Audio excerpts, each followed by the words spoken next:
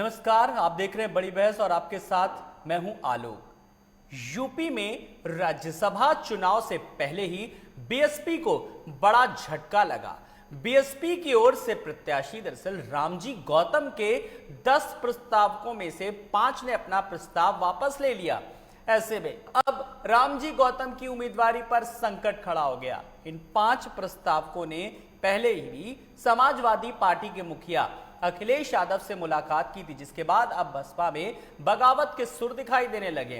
BSP के 5 विधायक अचानक विधानसभा में अपना प्रस्ताव वापस लेने पहुंचे, जिसमें यूपी की राजनीति में सरगर्मियां बढ़ गईं। बीएसपी विधायक असलम ने कहा कि हमें नामांकन पर साइन की जानकारी ही नहीं है, हमें बिना बताए साइन कराए गए। हम उस उम्मीदवार का समर्थन नहीं करेंगे जो बीजेपी के समर्थन से बना हो। वहीं बीएसपी के असलम चौधरी, असलम रायनी, मुस्तफा सिद्दीकी, हाकम लाल बिन, गोविंद जाटव ने अपना प्रस्ताव वापस ले लिया। वहीं कल ही असलम चौधरी की पत्नी ने समाजवादी पार्टी की सदस्यता ली थी और इस पूरी कवायद के बीच आपको बता दें कि जो समीकरण आ रहे हैं उन्होंने साफ तौर पर कहा कि वो गलत है, इसे स्वीकार नहीं किया जाएगा। ये साजिश है ताकि एक दलित राज्यसभा ना पहुंचे। वहीं चर्चा तो ये भी है कि कई और विधायक मायावती के खिलाफ जा सकते हैं। बताया यह भी जा रहा है कि सपा अध्यक्ष अखिलेश यादव से कुछ और बसपा विधायक भी मुलाकात कर सकते हैं और बसपा विधायक दल में बड़ी टूट की संभावना भी जाहिर की जा रही है। वहीं बात अगर मौजूदा समीकरण के मुताबिक करें तो बीजेपी अपनी 8 सीटों पर आसानी से जीत दर्ज कर सकती है, जबकि समाजवादी के पास भी जीतने का मौका है। लेकिन बीएसपी के प्रत्याशी और निर्दलीय उम्मीदवार के बीच मुकाबला हो सकता है और अब बसपा प्रत्याशी के प्रस्तावकों ने जो झटका दिया है उससे मुश्किलें अधिक बढ़ गई हैं और बाजी निर्दलीय प्रत्याशी के पक्ष में जा सकती है और बीजेपी ने जो दांव खेला था वो उस पर ही उल्टा पड़ता दिख रहा है। आज की बड़ी बहस इसी मुद्दे पर।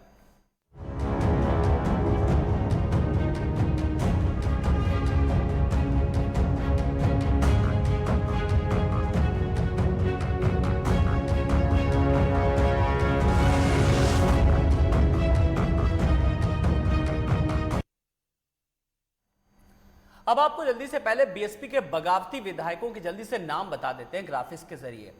असलम चौधरी, जी हां, असलम चौधरी ये है बागी विधायक। असलम रायनी भी इसी क्रम में नाम आता है, तो जो बीएसपी के बागी विधायकों में असलम रायनी का नाम भी शामिल है, तो हाकिम लाल बिंद का नाम भी इसी क्रम में शामिल है। मुस्तफा सिद्दीकी का भी नाम इसी क्रम में शामिल है। ये हैं बीएसपी के बागी विधायक। तो हम बात कर रहे हैं इस वक्त की बड़ी और अहम खबर की। बीएसपी के बागी विधायक गोविंद जाटव हैं और क्या है राज्यसभा चुनाव का गणित, जरा ये भी जानिए।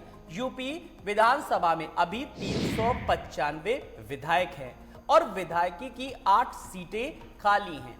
तो बीजेपी के पास 306 विधायक हैं, सपा के पास 48 हैं और बीएसपी के पास 18 हैं और कांग्रेस के पास 7, अपना दल के पास 9 और सुभाषपा के 4 विधायक हैं। 4 निर्दलीय और 1 निषाद पार्टी से विधायक है। बीजेपी अपनी 8 सीटों पर आसानी से जीत दर्ज कर सकती है। वहीं सपा के पास भी जीतने का मौका है। बीएसपी के प्रत्याशी और निर्दलीय उम्मीदवार के बीच मुकाबला है और बीएसपी प्रत्याशी के प्रस्तावकों ने झटका दे दिया, जिससे मुश्किलें कहीं ना कहीं बढ़ गई हैं। और जब मुश्किलें बढ़ी हैं तो कहीं ना कहीं अब हॉर्स ट्रेडिंग जैसी चीजें भी कहीं ना कहीं लगातार सामने आ रही हैं। इस बात से भी नकारा नहीं जा सकता।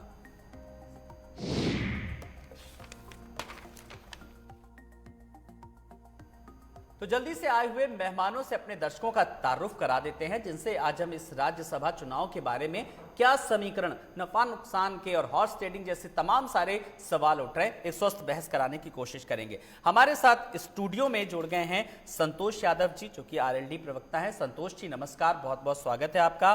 बीजेपी प्रवक्ता हरीश श्रीवास्तव जी भी हमारे साथ हैं। हरीश जी नमस्कार, बहुत बहुत आपका स्वागत है। समाजवादी पार्टी के राष्ट्रीय प्रवक्ता कपीश श्रीवास्तव जी भी हमारे साथ हैं। हैं कपीश जी, नमस्कार, बहुत बहुत स्वागत है।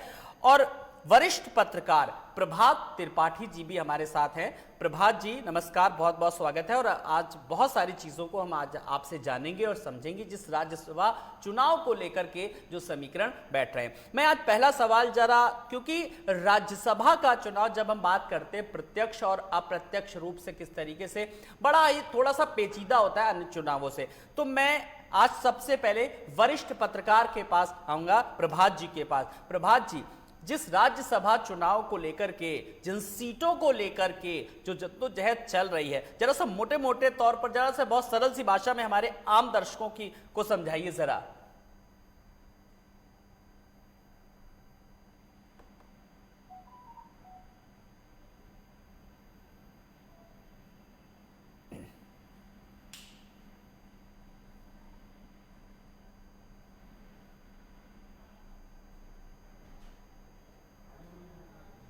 आपके बजाज हैं उनका पर्चा खारिज हो सकता है, क्योंकि उन्होंने जो प्रस्तावक का नाम दिया है वो प्रस्तावक यहाँ विधानसभा के विधायक है ही नहीं वो। और जिस तरीके से अभी सुबह से कसमकस चल रही है कि प्रकाश और गौतम के पर्चे को लेके, जो बसपा के विधायक, बागी विधायक अखिलेश से मिलने गए और उन्होंने अपना नाम वापस लेने की बात कही, जबकि वो शरीर वहां पे विधानसभा में प्रस्तावक के रूप में शामिल हुए थे, उन्होंने हस्ताक्षर सामने किए, उसके फुटेज भी आ गए हैं।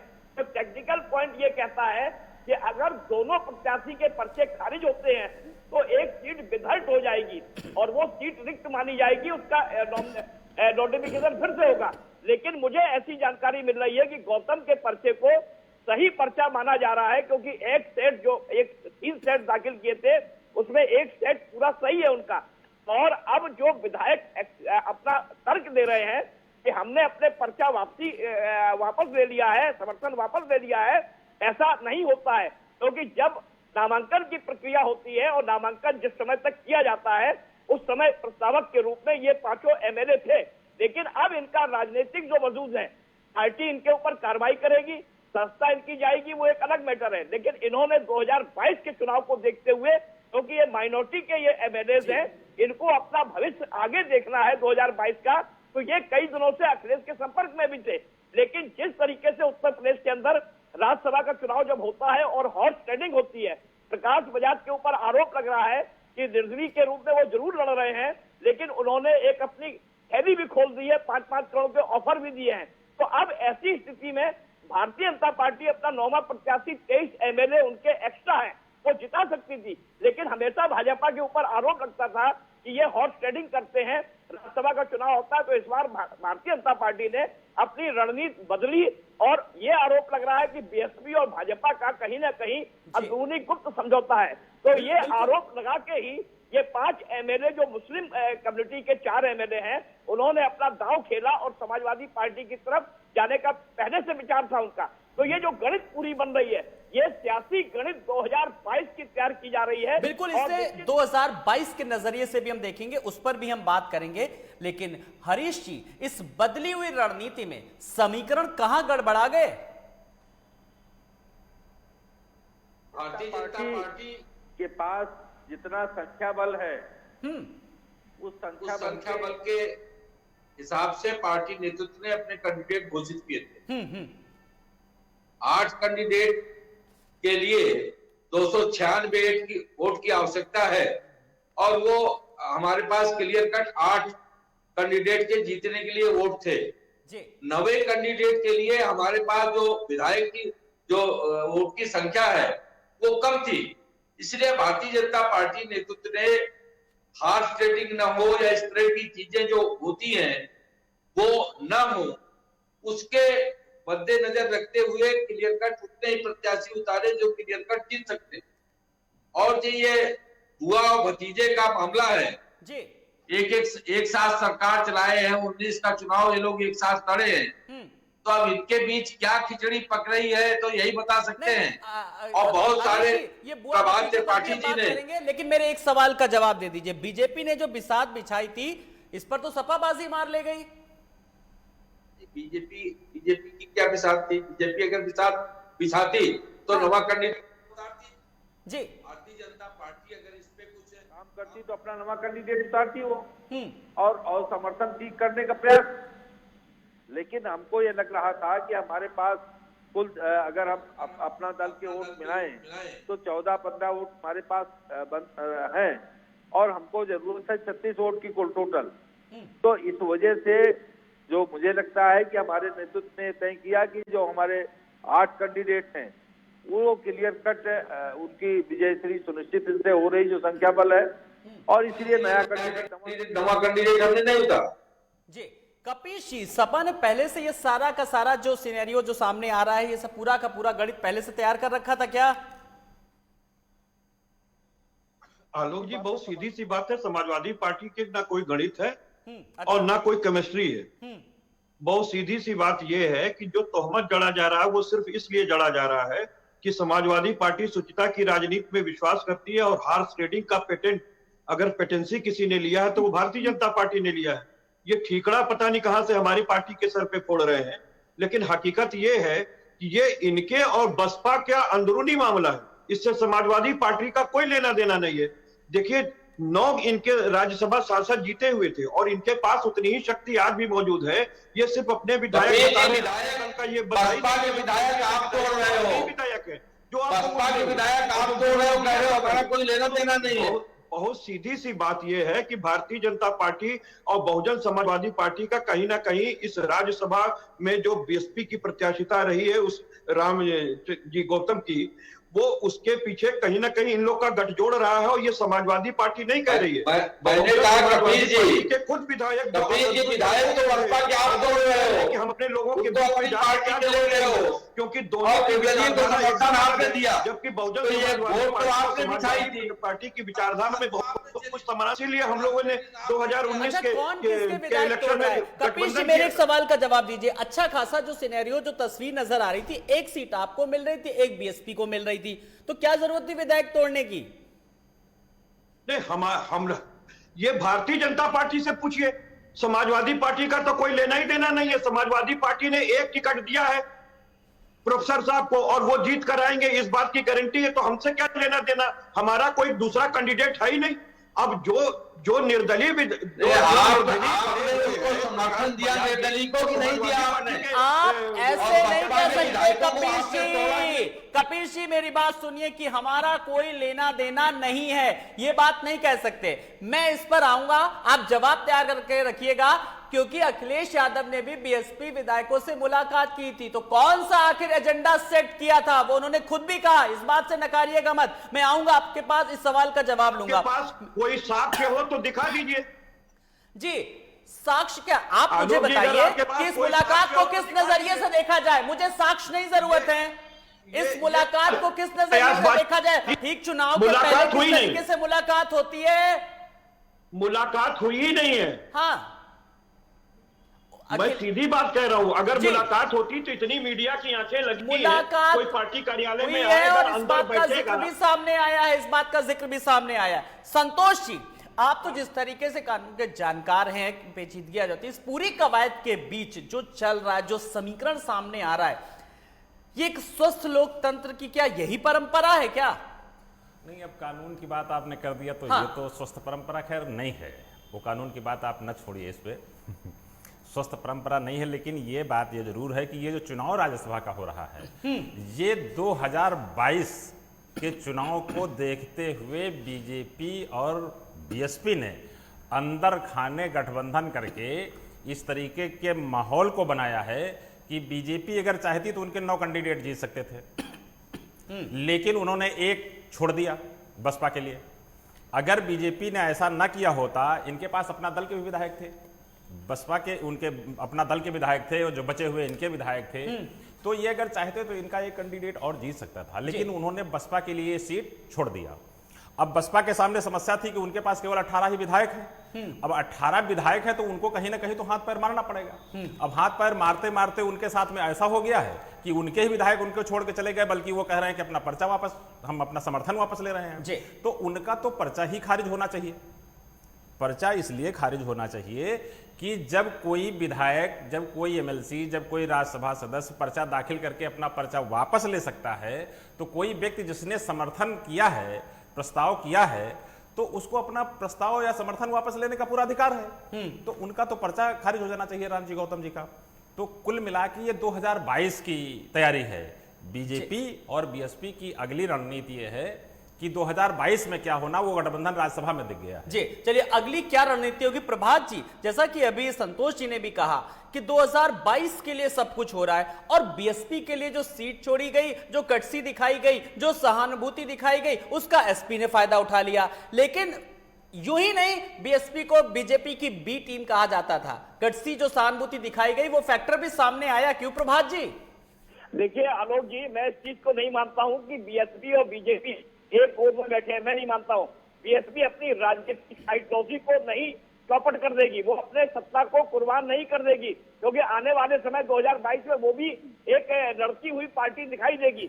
मेरा ये मानना है कि अखिलेश ने बुआ जी को, जो बुआ जी ने अखिलेश के साथ किया था आज से 1.5 साल पहले, जब 10 एमपी चुनाव जिताए थे और उन्होंने 10 मेंबर ऑफ पार्लियामेंट जिताने के बाद अखिलेश को कहा था कि समाजवादी पार्टी का वोट हमारी तरफ ट्रांसफर नहीं हुआ है। मायावती ने जो अखिलेश के साथ किया था, अखिलेश उससे बड़े खिलाड़ी निकले और उन्होंने एक ऐसी गुगली मारी कि ये गुगली गेंद उनकी जो है वो बसपा को परेशान कर गई, क्योंकि बसपा के वो विधायक पहले से मायावती से, देखिए मायावती क्या थोड़ा तानाशाही है, डिक्टेटरशिप है। एक विधायक ने जो बयान दिया, उसने कहा मुझे कोरोना हो गया था और कोरोना होने के बाद मुझे योगी जी ने मेदांता में भर्ती कराया और अखिलेश जी ने मेरे हालचाल दिए और बहन जी तो मेरा हालचाल भी नहीं लेती हैं। तो पार्टी के अंदर कहीं ना कहीं जो आक्रोश था और जो अल्पसंख्यक जो एमएलएज हैं वो अपना राजनीतिक भविष्य अपना चौपट नहीं करेंगे, क्योंकि कहीं से अगर आरोप लग रहा है कि भारतीय जनता पार्टी पीछे से मायावती का सपोर्ट कर रही है या मायावती और दोनों का गठबंधन हो रहा है, अंदरूनी गठबंधन हो रहा है, दिखाने का नहीं बाहरी दिखाने का, तो ये विधायक छिटक के अपने राजनीतिक भविष्य को चला देंगे और समाजवादी पार्टी से उनको टिकट पक्का हो गया है। तो ऐसी स्थिति में अखिलेश ने मायावती को, वो मुलायम सिंह जो चरखा दांव खेलते थे वो अखिलेश परपक्ष हो गए हैं, उन्होंने चरखा दांव खेला है और मायावती उस पर चित होती दिखाई दे रही है, क्योंकि अगर 7-8 विधायक उनके टूट जाते हैं पार्टी के, तो ये एक संदेश जाएगा उत्तर प्रदेश के अंदर। जो बीएसपी उम्मीद लगाए बैठी थी उसको कहीं ना कहीं कपिश जी अगर बात करें तो समाजवादी पार्टी ने अपने दांव से चित कर दिया। नहीं आलोक जी, हम लोग शुचिता की राजनीति में विश्वास करते हैं और यकीन करिए हम लोग कोई दांव पेच नहीं खेलते जी। तो बहुत सीधी सी बात हमने अभी आपसे भी कहा कि बीएसपी और समाजवादी पार्टी की जो विचारधारा है उसमें बहुत सी ज्यादा सामान्यता रही है, इसीलिए 2019 हम लोग ने साथ लड़ा। और हम लोग विचारधारा की बात हो ही कहाँ रही है? बात तो यहाँ पर समीकरण बिठाने की और बात बिठाने की हो रही है, यहाँ पर विचारधारा की तो कहीं बात ही नहीं हो रही है यहाँ पे। आलोक जी पूरी बात आ जाने दें, है ना, पूरी बात आ जाने दें। मैं ये सिर्फ कह रहा हूं कि देखिए आज भी मायावती जी का बहुत रिस्पेक्ट है हमारी पार्टी के अंदर, सारे लोग करते हैं। और दूसरी चीज मैं आपको बताऊं कि समाजवादी पार्टी ने कोई अपना गठबंधन नहीं तोड़ा था, मायावती जी ने गठबंधन तोड़ा था। तो ये प्रश्न उनसे होना चाहिए, समाजवादी पार्टी से नहीं होना चाहिए। हम तो सहृदय उस समय भी थे, सहृदय आज भी हैं। लेकिन एक बात जरूर है कि जब कोई व्यक्ति ये दिखाई देगा कि हमारी विचारधारा से अलग जो अतिवादी और सांप्रदायिक विचारधारा है उसके पोषण को कहीं से कहीं अपने स्वार्थ की तृप्ति के लिए कुछ लोग अगर उधर के दरवाजे को खटखटा रहे हैं, तो जो लोग ऐसे विचारधारा से जुड़े हुए हैं, जो समाजवादी सोच के हैं, अतिवादी और सांप्रदायिकता से नहीं जुड़ सकते हैं, उनको अपने लोगों के बीच में जाके जवाबदेही देनी पड़ती, वो कैसे देंगे? यही बात तो विधायक जो असंतुष्ट है भारतीय क्या बोलते हैं बसपा के, वो ये बात कह रहे हैं और उनकी बातों पे आखिर क्यों ना विश्वास करे कोई? लोग तो ये भी कह रहे हैं कि अखिलेश यादव ने मुलाकात की बीएसपी विधायकों से और हॉर्स ट्रेडिंग को इस तरीके की हरकतों से बढ़ावा मिलता है और इसीलिए स्वस्थ लोकतंत्र की जब हम बात करते हैं तो ऐसे राजनीतिक दलों की वजह से स्वस्थ लोकतंत्र की परिकल्पना नहीं की जा सकती। इस सवाल का जवाब दीजिए कपिश जी। आलोक जी बहुत अच्छी आपने बात कही है, बिल्कुल इसमें कोई दो राय नहीं है। अगर वो हमारे से मिलने आए होते, राष्ट्रीय अध्यक्ष जी के प्रति समर्थन व्यक्त उन्होंने किया होता, तो हम लोग अपनी विचारधारा और नीतियों में अगर कोई समर्थन कर रहा है तो पार्टी उनका वेलकम करती। और लेकिन जब हकीकत में ये बात नहीं है तो कैसे करें? दूसरी चीज, हार्स ट्रेडिंग करने के लिए जो चीज होनी चाहिए, ना हमारे पास सत्ता का पावर है ना धन बल है। अगर धन बल देखा जाए तो 4200 करोड़ रुपए का जो सितारा कार्यालय भारतीय जनता पार्टी ने इन 6 वर्षों के अंदर कमा करके बना लिया है, 20 एकड़ में, और जिसने 300 अपने रीजनल कार्यालय बना लिया है, जो विश्व की सबसे बड़ी मिसाल वाली पार्टी है और सबसे ज्यादा फंड वाली पार्टी है, ये वही कर सकती है जो कि जो इनके विधायक होते हैं वहां भी ये सरकार बना लेते हैं। ये मध्य प्रदेश में तोड़फोड़ करते हैं, ये कोरोना के बीच में जो है राजस्थान के अंदर सरकार गिराना चाहते हैं। और आपको याद होगा कि इससे पहले जब उत्तराखंड के अंदर कांग्रेस की सरकार थी, जिसको इन्होंने गिराया था और इन पर हाई कोर्ट ने नकार लगाई थी। तो ये पेटेंसी सिर्फ भारतीय जनता पार्टी के पास है, जिसके पास धन बल भी है और जिसके पास प्रशासन की एजेंसीज, चाहे वो पुलिस हो, सीबीआई हो, ईडी हो, आईटी हो, ये सब कुछ उनके पास है। इसलिए मैं कह रहा हूं कि ये सारा कॉम्पिटेंसी भारतीय जनता पार्टी का, समाजवादी पार्टी, गरीबों की पार्टी है, इससे कोई लेना देना नहीं। इन सबका बेजा इस्तेमाल आप लोग खूब कर चुके हैं और ऐसा सिस्टम हैंड ओवर दिया था आप लोगों ने। ये भी लाइन एक जोड़ी है कपीश जी। चलिए हम बात कर रहे हैं 17 से हमने अपनी पार्टी के अंदर शिक्षा की यज्ञ की है। हाँ। और हम ना धलबल और ना बाहुबल किसी के साथ जाने के लिए तैयार नहीं। वो नजर आया था जब अब सब जितनी जो कार्रवाई हो रही है सब ये पिछले सिस्टम को लेकर के ही हो रही है कार्रवाई जो वर्तमान में हो रही है। सवाल यह है कि हरीश जी इस पूरी कवायद के बीच जो राज्यसभा चुनावों को लेकर के जो सवाल उठ रहे लगातार कि बीजेपी अपने ही उसमें घिरती नजर आ रही है, क्या ऐसा है वाकई में कि किस तरीके से, या फिर ये 2022 के लिए सब कुछ हो रहा है? नहीं, देखिए जो लोग इस पूरे गेम को खेल रहे हैं, आलोक, ये तो बहुत स्पष्ट है कि निर्दलीय पर्चा भरवाना, उसको समाजवादी पार्टी का समर्थन होना, ये विधायक समाज उससे विधायकों बसपा के विधायकों से मिलना, तो खेल कौन खेल रहा है? ये जो लोग बहुत नीति और सिद्धांत की बात करते हैं, समाजवादी पार्टी का जो असली जो कलेवर है वो इसमें सामने आया है कि, और वो जो प्रभात त्रिपाठी जी कह रहे थे कि बहन जी को चरखा दाव उन्होंने मारा है, तो ये कुल मिलाकर के बात इसी तरीके की है कि समाजवादी पार्टी बहन जी को एक जो बसपा को तोड़ करके अपना एक बनाना चाह रही थी। अब ये बात अलग की है कि जो खबरें आ रही हैं कि जो प्रकाश बजाज का जो नामांकन है उसमें किसी एक ऐसे व्यक्ति का नाम है जो विधायक नहीं है, नवाब शाह या क्या करके एक ऐसा नाम है जो विधायक नहीं है। तो अगर ये दोनों जो निर्दलीय प्रत्याशी हैं या बसपा के प्रत्याशी हैं, अगर टेक्निकली इनके नामांकन पत्र सही नहीं पाए जाते हैं और दोनों पर्चे खारिज होते हैं, तो एक राज्यसभा सीट रिक्त रहेगी और उसके बाद फिर उस पर चुनाव होगा। जी, लेकिन हरीश जी चर्चा तो ये भी, जैसा कि आपने भी कहा कि कई और विधायक मायावती के खिलाफ जा सकते हैं और बताया तो ये तक जा रहा है कि सपा अध्यक्ष अखिलेश यादव से कुछ और बसपा के विधायक भी मुलाकात कर सकते हैं आने वाले समय में, जिस तरीके से तस्वीर नजर आ रही है। जो ये तो बसपा का अंदरूनी मसला है, बसपा को इसको देखना होगा जी कि उनके जो विधायक हैं इस पे। नहीं, मैंने ये सवाल बस इसलिए पूछा क्योंकि बी टीम कहा जाता है बीएसपी को, इसलिए बस मैंने कहा कि, और शुरुआत में जो कर्सी दिखाई इसलिए कहने के लिए भारतीय जनता पार्टी अपने नीतियों कार्यक्रमों अपने नेतृत्व के भरोसे राजनीति करती जनता के लिए। ए टीम और बी टीम और सी टीम की बात जो लोग महागठबंधन और ये सब बनाते हैं उनकी बीच की बात। जी संतोष जी, कुल मिलाकर के बीजेपी अपनी 8 सीटों पर आसानी से जीत दर्ज कर सकती है, जबकि समाजवादी पार्टी के पास भी जीतने का एक मौका है। लेकिन जो तस्वीर नजर आ रही है उसको देखते हुए क्या लग रहा है, कौन किस पर भारी पड़ता नजर आ रहा है, कौन किसको चित करता नजर आ रहा है? अब आलोक जी ये तो देखो मैथ का चुनाव है, इसमें कोई पब्लिक वोटिंग तो है नहीं। बिल्कुल, ये तो एक गिनती के विधायक हैं, एक फिक्स वोट है कि एक राज्यसभा सदस्य के लिए 36 वोट चाहिए एक व्यक्ति को। तो अब राज्यसभा में मेंबर जाने के लिए चूंकि बीजेपी के पास 306 विधायक है तो उनके 8 विधायक तो बिना कुछ किए जीत रहे हैं। आप 8 राज्यसभा सदस्य तो उनके जीत रहे हैं।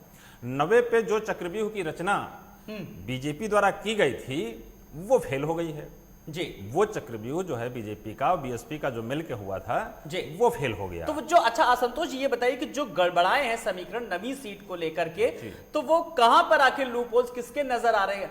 कौन ज्यादा इसमें परिपक्व नजर आया राजनीतिक दल? नहीं, मुझे तो लग रहा है समाजवादी पार्टी पूरी परिपक्व नजर आई। शुरुआती दौर में तो बीजेपी ने परिपक्वता का बिल्कुल पूरा प्रमाण दिया, उस सीट को छोड़ दिया और सीट को छोड़ दिया कि बसपा का कैंडिडेट आएगा उसका समर्थन हम कर देंगे, वो जीत जाएगा। बिल्कुल। लेकिन परिस्थितियां इस तरीके की बदली कि जब एक निर्दलीय कैंडिडेट उसमें उतर गए, प्रकाश बजाज साहब, तो उनके चुनाव का पर्चा भरते ही पूरे चुनाव का समीकरण गड़बड़ाने लगा और उसमें जो है उड़ा भाग होने लगा। अब रही बात बसपा के विधायकों के आने जाने की, तो बसपा के जो विधायक हैं या जो उनके कार्यकर्ता हैं वो ये मान रहे हैं कि जो बसपा थी वो मूल विचारधारा से थोड़ा हट रही है, माननीय काशीराम अम्बेडकर साहब की विचारधारा पर नहीं चल रही है, वो बसपा का उसका भाजपा का फेवर करने लगी है, भाजपा से अंदर खाने मिली रहती है या उनकी बी टीम है, इसलिए वहाँ के भगदड़ तो मची है, कार्यकर्ता और विधायक वहाँ से निराश रहते हैं। तो वो लोग अब कहाँ जाएंगे, ये उनकी अंतरात्मा की बात है, जहाँ उनको मिलना होगा वो मिलेंगे। तो अगर अखिलेश यादव से मिलते हैं तो कोई इसमें बुराई तो है नहीं, ये तो जनतंत्र है, जिसको जहाँ आना है आएगा, जहाँ जाना है जाएगा। जी प्रभात जी, क्या सपा ने राज्यसभा के बहाने 2022 का चुनावी बिगुल की तैयारी कर ली है? ये पूरी तस्वीर अब साफ तौर पर नजर आ रही है। देखिए आलोक जी, निश्चित तौर पे ये 2022 का एक सेमीफाइनल है राज्यसभा चुनाव, और मैं एक बात फिर कह रहा हूँ कि विचारधारा की बात जहां तक अभी संतोष जी सब लोग कर रहे हैं, राजनीति में विचारधारा आज नहीं है, विचारधाराएं बदलती रहती हैं। कब कौन किसके पाले में बैठ जाए, कौन साइकिल में चढ़ जाए, कौन हाथी में बैठ जाए, कौन कमल में चला जाए, ये कोई नहीं बता सकता है।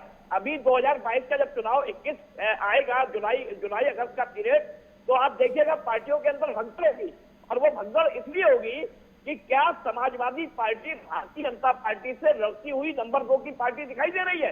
अगर समाजवादी पार्टी मुख्य विपक्षी पार्टी दिखाई देगी तो निश्चित तौर पर लोग समाजवादी पार्टी का टिकट हाथों हाथ लेंगे, और वो जानते हैं कि हमें अपना भविष्य तलाशना है।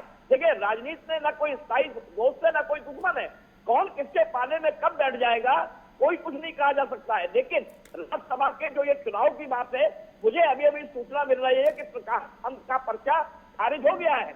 अगर प्रकाश पंत का पर्चा खारिज हो गया है तो ऐसी स्थिति में गौतम राज्यसभा चले गए, जो सारा दांव सुबह से खेला जा रहा था वो दांव उल्टा हो गया।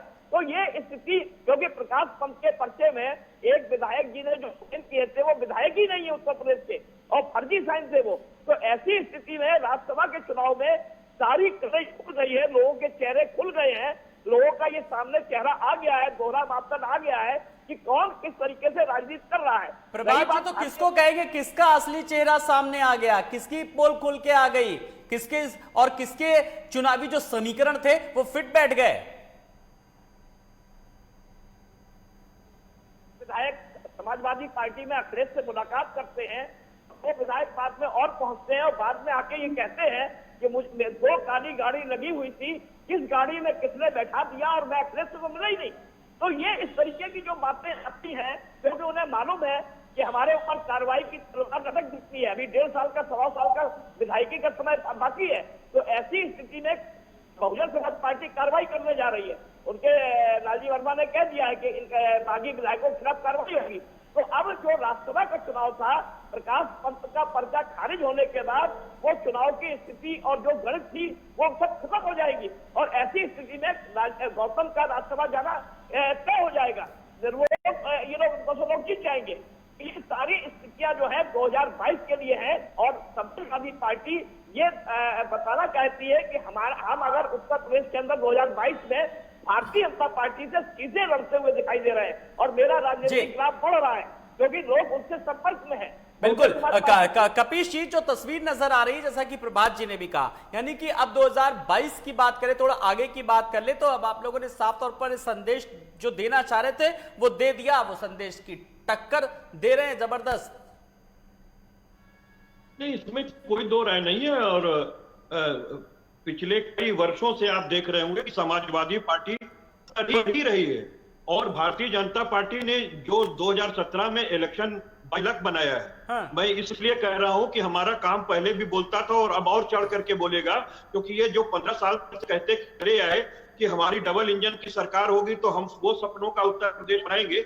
आप सारे लोग उससे रूबरू हैं, और सारे लोग समाजवादी पार्टी से जुड़ना चाहते हैं, और हम दोनों हाथ खोले खड़े हैं। जो हमारे नीतियों में विश्वास करेगा, जो हमारी पार्टी में आस्था रखेगा, जो हमारे विचारधारा में आस्था रखेगा, हम करेंगे। ये लोकतंत्र की मजबूती के लिए बहुत जरूरी है, क्योंकि एक झूठ पे आधारित सत्ता जो चली है उसको 2022 में विदाई होनी चाहिए, और जनता भी तैयार है, अन्य जो प्रदेश के जो शुभचिंतक हैं वो भी तैयार है, और हम लोग भी तैयार है। मुंह पे विपक्षी दल या सत्ता पक्ष हम ही होते हैं, इसमें कहां दो राय है, ये तो सारे लोग जानते हैं। तो इसमें कहीं कोई दो राय नहीं। और दूसरी बात मैं बताऊं कि केवल इसमें ऐसा नहीं है कि जो असंतुष्ट विधायक इनके दिखाई दे मुस्लिम है, दो उनमें से ऐसे हैं जो कि मुस्लिम नहीं है, गैर मुस्लिम है।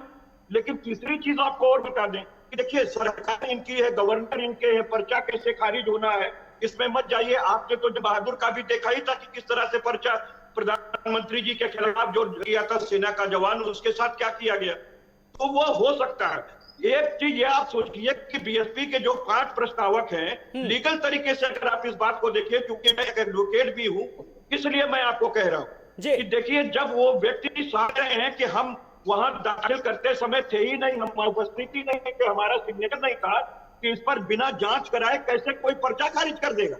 और अगर कर रहा है तो ये जबरन है, जबरदस्ती है लोकतंत्र को तोड़ने की। क्योंकि अगर 5 विधायक इस बात का इल्जाम लगा रहे हैं कि वो दस्तखत मेरा नहीं था, हरीश जी पूरी जिम्मेदारी के साथ जो लोकतंत्र तोड़ने की जो बात कर रहे हैं, फिलहाल जो आपने कपिल जी को भी सुना होगा, मैं चाहूंगा कि आप कपिल जी के सवाल का जवाब दें। हरीश जी,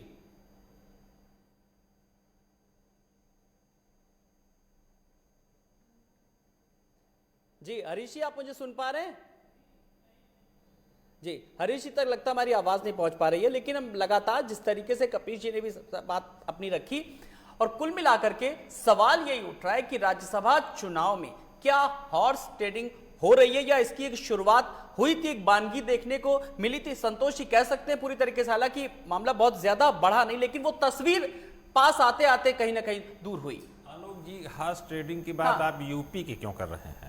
आप देखिए कि मध्य प्रदेश के विधायक कैसे इस्तीफा देकर चले जाते हैं, त्रिपुरा में कैसे सरकार बनती है, राजस्थान में कैसे भगदड़ मचती है।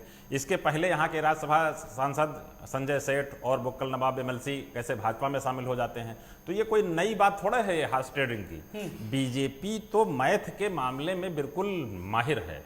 आप चाहे मध्य प्रदेश में ले लीजिए कि सरकार कैसे बनी और कैसे बिगड़ गई, राजस्थान में बिगाड़ा लेकिन वहां नहीं बिगड़ पाई, त्रिपुरा हो या गोवा हो, जहां भी देखिए तो इनके पास तो इतना ज्ञान है मैथ का कि किसी भी बनती हुई सरकार को बिगाड़ देना और किसी भी राज्यसभा सांसद के जाते हुए एमएलए को दाहिने बाएं कर देना। तो ये तो इनके बाएं हाथ का खेल का काम है। हरीश जी, आप मुझे सुन पा रहे हैं? हाँ जी जी हरीश जी, सवाल यही है कि लगातार आपके गणित को लेकर के बहुत किया, आप लोग को बहुत मैथमेटिक्स बहुत अच्छी, और हर जगह अंकों का जो गणित है किस तरीके से चाहे वो सरकार बनाने में चाहे वो तोड़ने में बड़ी जल्दी इस्तेमाल कर लेती बीजेपी। देखिए, ये जो बोगस आरोप है केवल इसलिए है हाँ कि सरकार की जो लोकप्रियता है केंद्र सरकार में मोदी जी की और उत्तर प्रदेश में योगी जी की, उसको लेकर के इन लोगों का डेस्परेशन इतना ज्यादा है कि सारे बोगस आरोप लगाना इनकी एक कार्यशैली बन चुकी है। आप ये देखिए कि अगर नवा कैंडिडेट हमने उतारा होता तब तो इस तरह की बातें ये मैंने और भी क्या क्या कहते हैं इसका कोई ठिकाना नहीं। हमने तो हमारा जबकि 14 वोट सरप्लस था, अगर हम अपना दल के वोट को मिलाएं तो 14 वोट हमारा सरप्लस था, उसके बावजूद भी हमने कैंडिडेट नहीं उतारा। और अखिलेश यादव जी खेल खेल रहे हैं और कपिल जी भाषण दे रहे हैं। तो कपिल जी, ये जनता ये खेल जानती है कि कौन खेल खेल रहा है और कौन हॉर्स ट्रेडिंग कर रहा है, कौन ये दलितों को अपने में तोड़ करके दलित राज्यसभा न जाए ये खेल खेल रहा है। तो ये सारा जनता जानती है और जनता जब समय आता जवाब देती है। बहुत सारी बातें आप 19 के पहले भी कहते थे इसी तरह की, लेकिन जनता जानती है कि सच क्या है और कौन जनता के लिए खड़ा है। जनता के मन में बस यही सवाल है कि 8 सीटों पर आपने अपने उम्मीदवार खड़े, एक आपने बीएसपी के लिए छोड़ दिया, बस हर जगह के ज़हन में यही सवाल है। बस ये जो लोग इस तरह की भ्रामक बात कर रहे हाँ हैं, हाँ जी, जनता के मन में नहीं है। ये अच्छा। नेता एक भ्रामक वातावरण पैदा करना चाहते हैं। अच्छा, आप मुझे बताइए कि जनता तो ये बखूबी जानती है ना कि 36 वोट की जरूरत है, और जिसके पास 14 वोट है वो कैसे कैंडिडेट दे देगा। ठीक है, चलिए, जनता की बात हुई, बात विपक्ष की। प्रभात जी, मेरे इस सवाल का जवाब दे दीजिए। जो नवा कैंडिडेट जो नहीं खड़ा करा, एक वो बीएसपी के लिए छोड़ा, हर शख्स के जहन में यही सवाल है। अब जरा मुझे तकनीकी रूप से इस सवाल को जरा समझा दीजिए, क्योंकि मूल सवाल यही है आज की डिबेट का। देखिए आलोक जी, भारतीय जनता पार्टी प्रदेश में 2022 में एक बड़ा चुनाव लड़ने फिर जाएगी, तो वो कहीं से ये नहीं दिखाना चाहेगी कि सुभाषपा और अपना दल ये हमसे नाराज हैं, हमारे सहयोगी दल। क्योंकि हो सकता है अगर ये 9वां प्रत्याशी उतारते तो ये सहयोगी दल इनके खिलाफ वोट करते, और अगर वो इनके खिलाफ वोट करते तो जनता में ये संदेश जाता कि भारतीय जनता पार्टी अपने गठबंधन को नाराज, गठबंधन इनका जो है नाराज है, क्योंकि राजभर जो है वो पहले ही पार्टी छोड़ के निकल गए हैं। ऐसी स्थिति में नोवा, और दूसरी बात जो सबके जहन में जा रही है कि क्या भारतीय जनता पार्टी ने कोई बहुजन समाज पार्टी के साथ कोई इंटरनल पैक्ट लंबी 2022 के चुनाव को देखते हुए किया है क्या? लेकिन बीजेपी तो हमेशा नकारती है, भले ही चाहे बी टीम का आरोप लगता हो। बीजेपी नकारेगी, बीजेपी इसलिए नकारेगी कि कहीं ना कहीं बीजेपी के सामने ये सवाल न खड़ा हो कि बहुजन समाज पार्टी और इन दोनों की कोई अंडरस्टैंडिंग है। लेकिन मेरा ये मानना है कि जो भी ये कसमकस राज्यसभा चुनाव में हुआ, इसमें समाजवादी पार्टी लीड करती हुई दिखाई दे रही है। और समाजवादी, चलिए, जब आपने कहा कि समाजवादी पार्टी लीड करती है तो कपीश जी की भी बातें खिलती नजर आई। कपीश जी नहीं, हम इस वजह से नहीं हंस रहे थे। अच्छा, और हमारे वरिष्ठ पत्रकार, ठीक है, तो वही बता रहे हैं, हमारे वरिष्ठ पत्रकार जो हैं प्रभात त्रिपाठी जी, और बहुत यशस्वी हैं और बुद्धिमान भी हैं, इसमें कहीं दो राय नहीं है। उनकी अपनी एक थिंकिंग है, पत्रकार अपनी नजरों से देखता है, उनके अपने चश्मे होते हैं। लेकिन हम तो जो वास्तविकता उस एंगल से देख रहे हैं ना, ये क्योंकि हमारा नाम जोड़ा जा रहा है। तो बहुत सीधी बात ये कहते हैं कि देखिए, अगर समाजवादी पार्टी को कोई हाउस ट्रेडिंग करनी होती, तो हमारे पास तो सत्ता भी नहीं है कि हम किसी की घुड़की धमकी दिला लेते या कहते तुमको मंत्री बना देंगे। नहीं है, सत्ता में आने के लिए तो कर रहे हैं ना धीरे धीरे। ना हमारे पास पैसे हैं, नहीं ना हमारे पास पैसे हैं साहब। हम लोग गरीबों की पार्टी है, 13 संयुक्त रैली हम लोग नहीं करा पाए थे, रालोद, बसपा और सपा मिल करके। भारतीय जनता पार्टी एक ऐसी पार्टी है जो विश्व की सबसे अमीर पार्टी है, तो और सत्ता के अंदर है, डबल इंजन की सरकार में है। तो आप सोचिए कि वो हाउस ट्रेडिंग सिर्फ इन्हीं के नाम का है और किसी के नाम का है। बाकी अगर कोई विचारधारा से हमसे जुड़ के चला है या देखे कि अतिवादी विचारधारा के साथ ये समर्थन कर रही है पार्टी, तो वो वहां से छोड़ दे अपने आप को। और अगर वो ये कहता है कि नहीं हम इस वजह से हो रहे हैं, और वो समाजवादी पार्टी के विचारधारा से अगर इत्तेफाक करेगा, हमारे में आस्था रखेगा, तो हम वेलकम करेंगे। लेकिन अगर वास्तविकता होती तो हम कह देते। हम तो कहीं नहीं, कोई भी आदमी करेगा लोकतंत्र के अंदर। चलिए, जिस विचारधारा की आप बात कर रहे हैं, वो विचारधारा उस वक्त कहां चली जाती है कि जब आप बीएसपी के विधायकों से समाजवादी पार्टी के मुखिया मुलाकात करते हैं, बात करते हैं, और यहीं से कहीं ना कहीं हॉर्स ट्रेडिंग जैसी बात सामने आ जाती है। संतोष जी, जब हम बात करते हैं जिस राजनीतिक दल, जब विचारधारा, उसमें आपकी पार्टी भी शामिल है, विचारधारा तो इतनी देर से राज्यसभा के चुनाव को लेकर के बात कर रहे हैं, समीकरण को लेकर के विचारधारा तो कहीं आई नहीं सामने। हॉर्स ट्रेडिंग की बात हो गई, समीकरण बिठाने की बात हो गई, गणित की बात हो गई, सब कुछ हो गया। नहीं आलोक जी, देखो विचारधारा है, समाजवादी पार्टी और राष्ट्रीय लोकदल गठबंधन में थे, आज भी गठबंधन में हैं। उनकी एक विचारधारा है, किसानों और नौजवानों की राजनीति करते हैं। रही बात बीजेपी की और बसपा की, तो ये कई बार आपने देखा होगा कि रक्षाबंधन का त्यौहार मनाते हुए कई बार इनकी सरकार बीजेपी और बीएसपी की बन चुकी है, और ये अंदर खाने कहीं न कहीं से एक मत रहते हैं। आरोप तो शिवपाल की पार्टी पर भी संतोष जी लगता था बीजेपी की बी टीम है। चलिए, जब था, आज की डेट में हम राष्ट्रीय लोकदल जो है सपा के साथ गठबंधन में है, पिछले भी गठबंधन में थे, चुनाव भी लड़े, और आज भी गठबंधन में हमारा उनका गठबंधन टूटा नहीं है। बसपा भी साथ में थी, लेकिन वो छोड़ के अपने आप चली गई, उनको किसी ने तोड़ा नहीं था। लेकिन उनकी विचारधारा चूंकि बीजेपी से ही मिलती है, इसलिए वो वहां पे जाकर के अपना जो है तलाश रही हैं भविष्य। तो मेरा ये कहना है कि जो बसपा और भाजपा ये दोनों मिलकर अगर बीजेपी चाहती तो अपना एक कैंडिडेट दूसरा उतार सकती थी। इनके पास अपना दल के भी विधायक थे, एनडीए के साथी हैं वो, अगर वो चाहते तो एक कैंडिडेट ये दे सकते, जिता सकते थे। लेकिन इन्होंने बीएसपी के कैंडिडेट को जिताने के लिए अपना दल के नहीं बात किया और बसपा के लिए वो सीट छोड़ दिया कि बसपा का कैंडिडेट किसी तरीके जिता दिया जाए ताकि 2022 में हमारा उनका गठबंधन हो। और चलिए बहुत कट्टू-कट सवाल का कट्टू-कट जवाब हरीश जी कि एक कैंडिडेट जो आप अपना दल को उतार सकते थे उस पर नहीं उतारा, ये सवाल घूम फिर के वहीं पे बात आ जा रही कि बीएसपी को आप जिताना चाहते थे एक सीट पर। नहीं, आप मुझे बताइए, मैं आपसे आलोक के सवाल कर रहा हूँ। हाँ। कि हम कैंडिडेट उतारते तो हमको कौन समाजवादी पार्टी के कैंडिडेट विधायक वोट करते या कांग्रेस के करते या बसपा करते? कौन से ये जो तीनों दल हैं इसमें से किस पार्टी के विधायक हमको वोट करते? अगर हम उतारते, आप मुझे एक तो बहुत सिंपल नहीं, उसका जवाब आ रहा है कि संतोष जी ने साफ तौर पर कहा अपना दल आपके पास है जी। अपना दल के तो 9 विधायक हैं, 14 वोट हो रहे हैं और अपना दल के वोट मिला के हमारे पास 14-15 वोट हो रहे हैं। अपना दल के सुभाषपा भी आपके साथ सरकार में रही है। उसके बाद जो हमारे पास हमको आलोक जी हरीश जी से सिर्फ एक प्रश्न पूछ लीजिए। आप ये बताइए जो 20-22 कपीश हरीश जी, कपीश जी आपसे कोई सवाल करना चाहते हैं? ठीक है कपीश जी। और सुनिए संतोष जी के एक बात का और जवाब, हरीश भाई साहब से मैं अभी 4 दिन हुआ बहन जी और बड़ी साहब कोई से वो जवाब दे दे आपके चैनल पे। कपीश जी आराम से हरीश जी को सुन लेता हूं। और पहले भी समाजवादी पार्टी की सरकार बना चुके हैं, तो उसके बाद ये सिद्धांत बघार रहे हैं, ये बड़े भारी सिद्धांतवादी है। सिद्धांतवादी तो पता लग गया ना कि जब बसपा को तोड़ करके और निर्दलीय को समर्थन करके आप राज्यसभा जिताना चाहते हैं, ये तो पता लग रहा है ना। हम किसानों की राजनीति हमेशा करते थे, आज भी कर रहे हैं।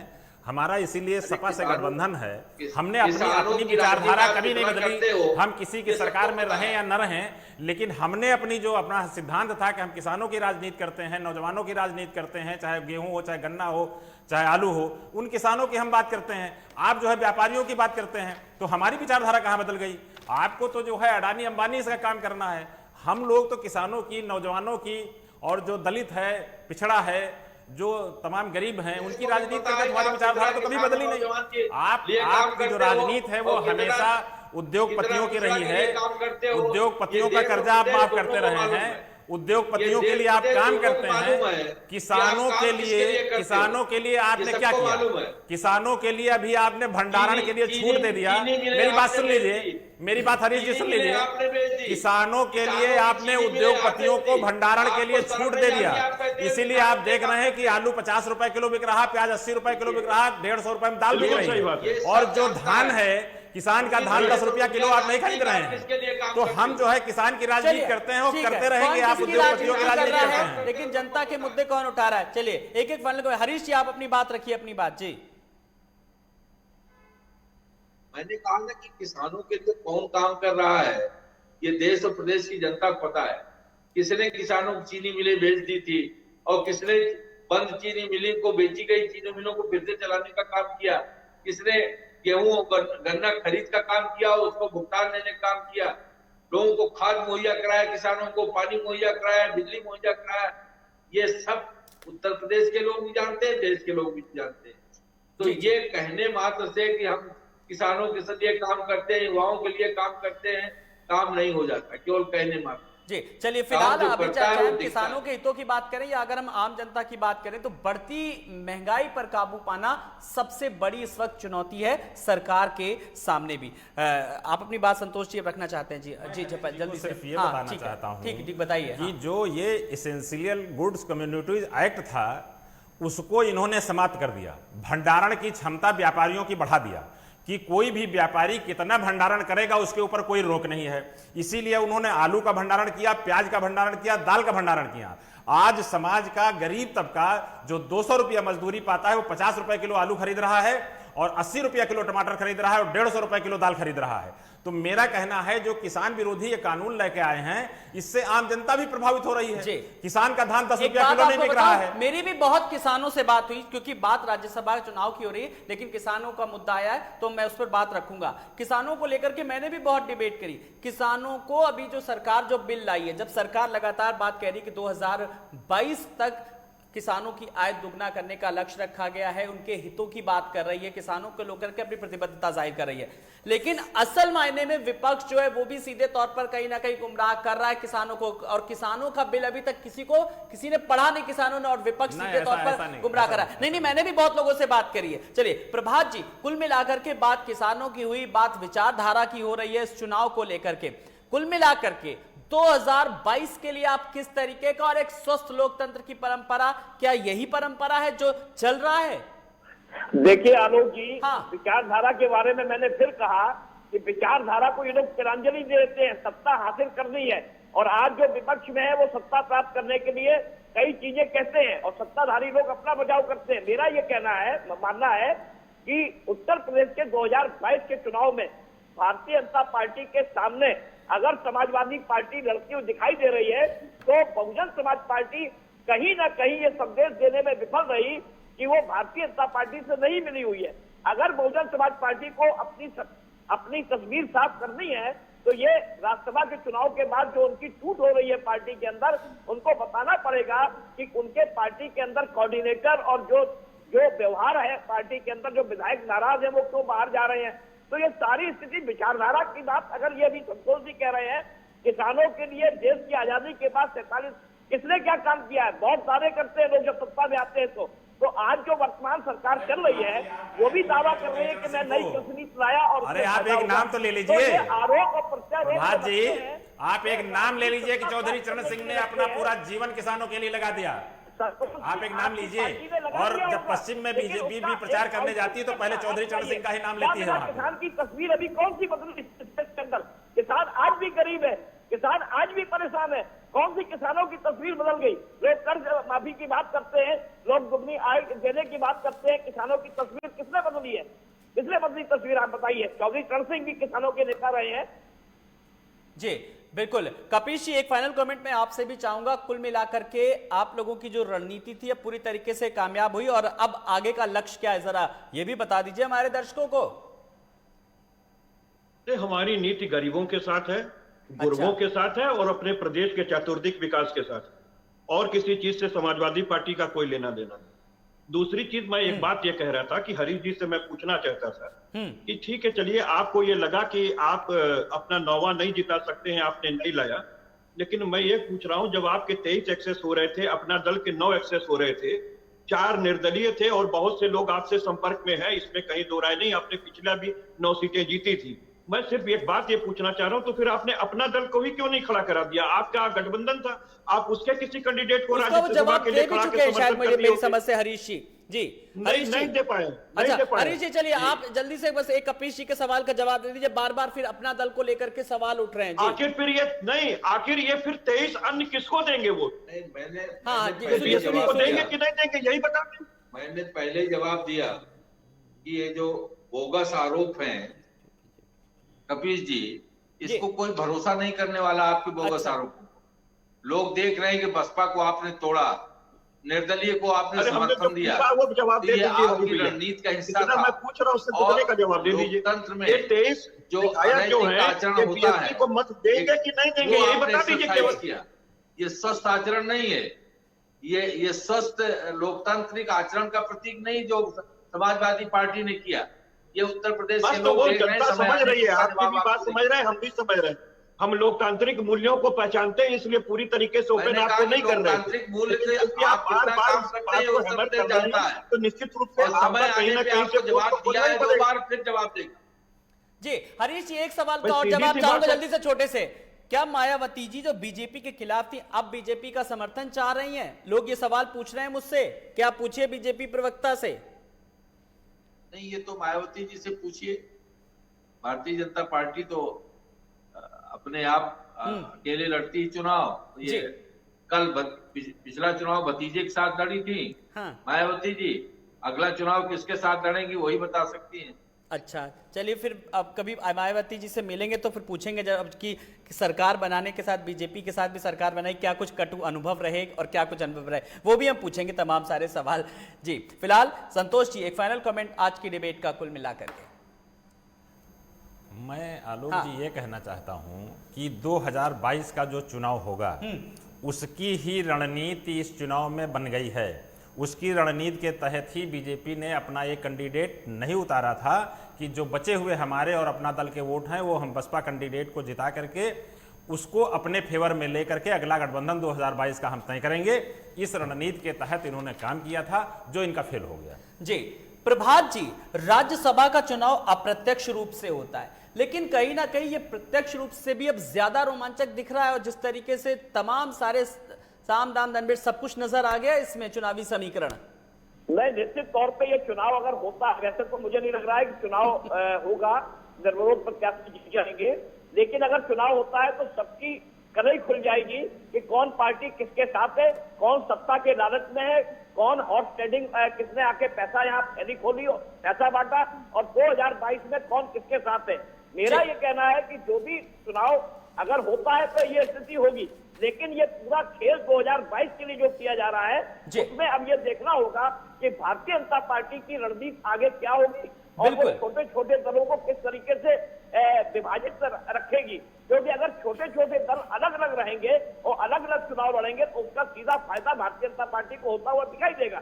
तो ऐसी स्थिति में विपक्षी खेमा कितना मजबूत होगा, विपक्ष के साथ कौन कौन से दल रहेंगे, ये आने वाला। बिल्कुल प्रभात जी, आपने सही कहा, और छोटे छोटे दल भी अपनी महत्ता को समझेंगे, उनकी भी ब्रांड वैल्यू बढ़ेगी कहीं ना कहीं, वो भी जिस तरीके के हालात बनते नजर आ रहे हैं। प्रभात जी बहुत बहुत शुक्रिया हमसे बात करने के लिए। हरीश जी आपका भी, संतोष जी आपका भी, कपीश जी आपका भी बहुत बहुत शुक्रिया। तो सवाल यही है, चुनाव से पहले क्यों बागी हुए बीएसपी विधायक? राज्यसभा चुनाव में क्या हॉर्स ट्रेडिंग हो रही है? क्या बीएसपी को जीत का सपना जो था उसका बिखर गया? लेकिन इस पूरी कवायद के बीच जो हॉर्स ट्रेडिंग जैसी चीजें सामने आई, एक स्वस्थ लोकतंत्र की परंपरा की, एक परिपाटी की जब हम बात करते हैं तो आने वाले समय में किस तरीके के संकेत हैं, ध्यान देना दिलचस्प होगा। नमस्कार।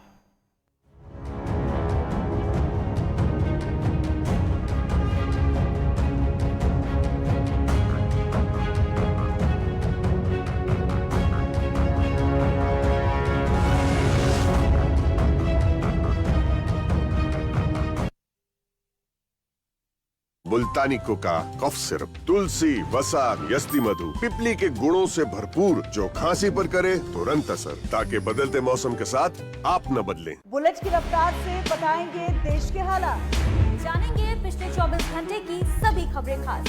देखिए 3 की बात हमारे साथ एक नए अंदाज में।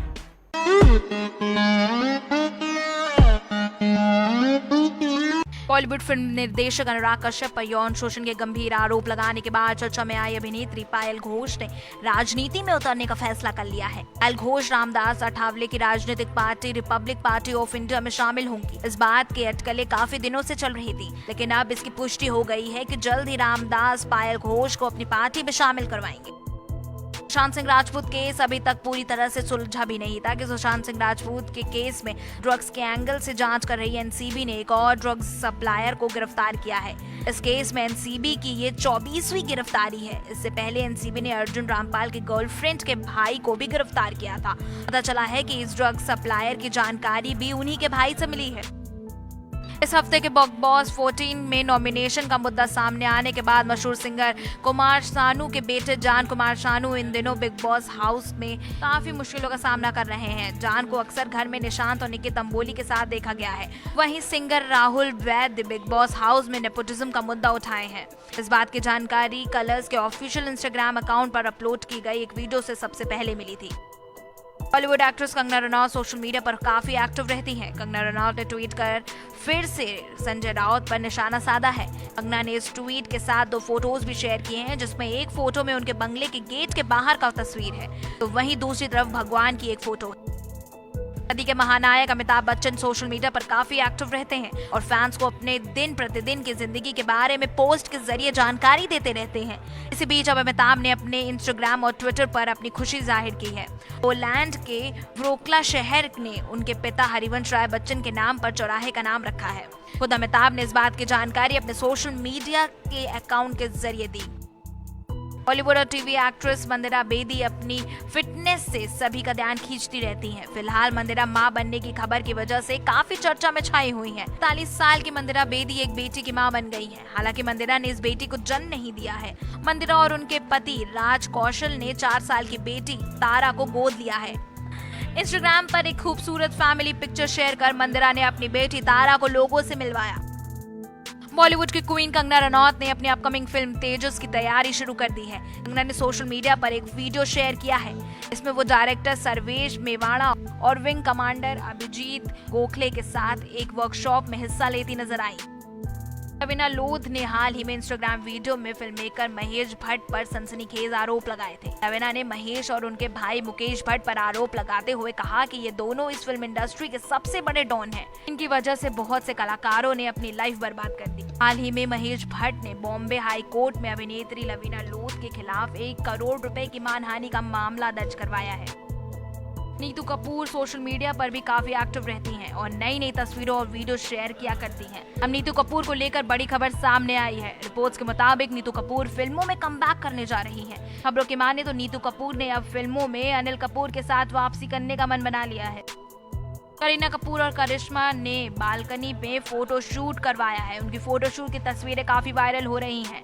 इन तस्वीरों में करीना के साथ उनकी बहन करिश्मा कपूर पोज देती नजर आ रही हैं। करीना और करिश्मा ने इस फोटो शूट का एक बूमरैंग वीडियो भी अपने इंस्टाग्राम पर शेयर किया है।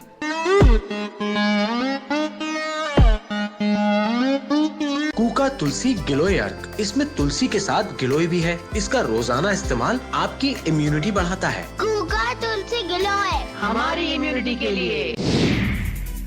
बॉलीवुड की हर खबर, फिल्मी सितारों का सफर, कंट्रोवर्सी से लेकर गॉसिप तक,